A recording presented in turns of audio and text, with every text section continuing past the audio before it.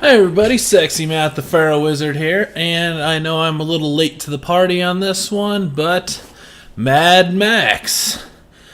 I'll start off with saying I have never seen a Mad Max movie, this is a review coming from someone who has no idea what he's going into in a Mad Max movie. So this movie starts off and it's just go from the beginning. Like there's no prologue, like you're just thrown right into it. There's not a lot of explanation about things, but actually was enjoyable as long as you just kind of go with it. It makes it really fun. Just ignore that and just enjoy this story that's going on. And so that was pretty cool. I like that. First thing I did really notice right at the beginning is Immortal Joe's logo, like the skull thing, is kind of ripped off of the Offspring's logo.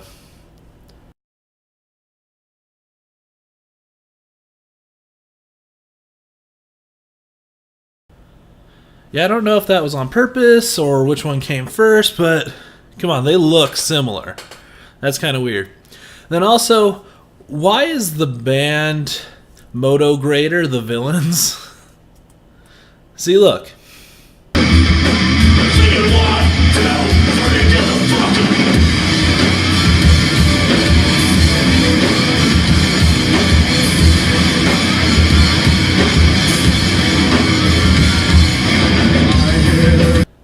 Isn't that the War Boys? The War Boys is Moto Grader? It'd be sweet, actually, if Moto Grader was in the movie, but, the singer's in a terrible band now. That's just one of those weird things I noticed, and I was like, that's just odd. Like, that's weird things to kind of rip off, but, or not really rip off, but just something I noticed is really odd. Yeah. But yeah, it was really a fun movie. The visuals of it were very beautiful, I thought. Some of the views and scenes and how things work in this world is really cool. I like that.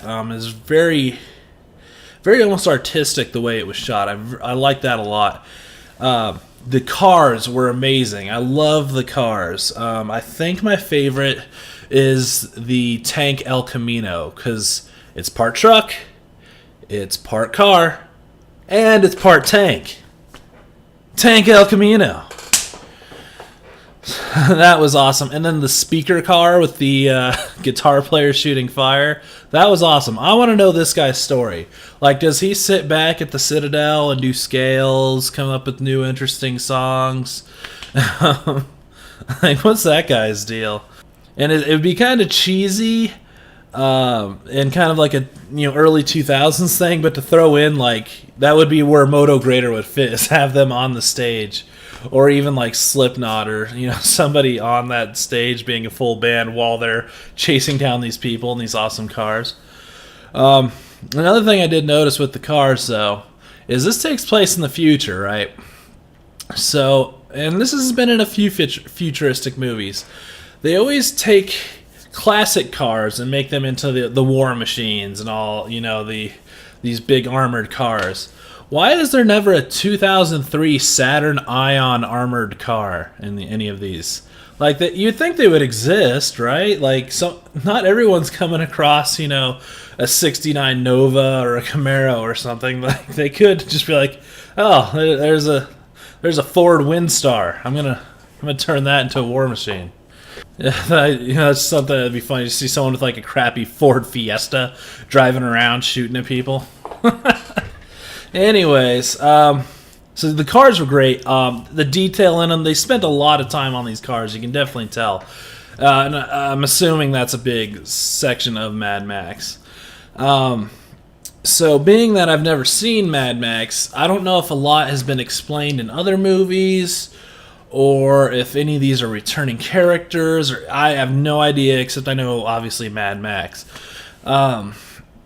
So yeah, I don't know if these are returning villains or anything. I don't know anything. I'm just kind of going off this one story. So it felt like it would tie to the other movies, but no idea. Talking about the actors, Tom Hardy He was really good. I think he tried an Australian accent, but I don't know, it didn't really work. But he didn't say a lot either. From my understanding, Mad Max doesn't say a lot anyways.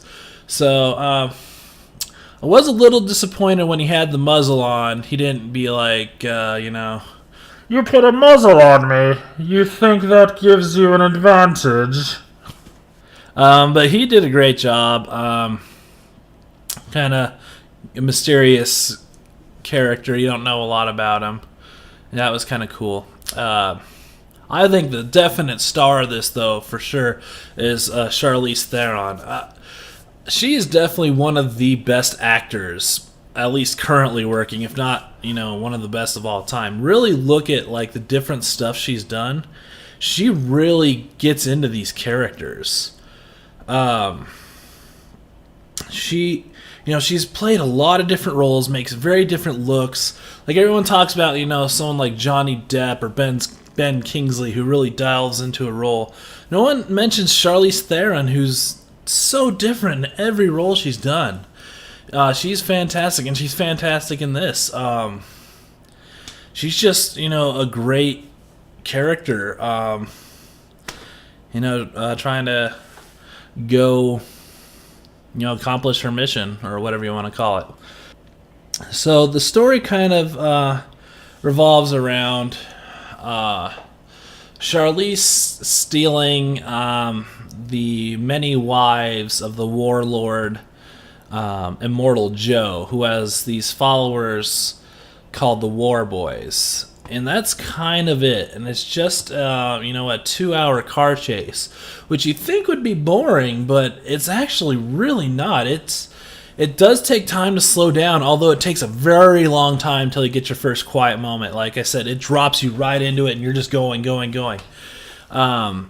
But in a sense, it is a 2-hour car chase, but it's a great car chase. Like, there's a lot of practical effects done again, and in the future, we find some really interesting ways to kill people. It's fantastic. They're using everything they possibly can to get at these people, and it's just great. So yeah, Mad Max is just super fun, super enjoyable. So yeah, I mean, this is kind of a shorter review of mine. Because I can't really go much into the backstory or anything. I'm just going off my, feelings about what I saw. So, definite great visuals. Not the most complex storyline, but it fits. You'd think, in a post-apocalyptic world, things would be simplified. You're just surviving, and you got your one goal. And that was great. Charlize was amazing. Tom Hardy was great. Yeah, the look, the feel. This is just a fun movie. It's fantastic. So if I were to rate this movie on a scale from Tank El Camino to a giant speaker car, this one would be a 97 Chevy Cavalier War Machine. So Mad Max, definitely go check it out.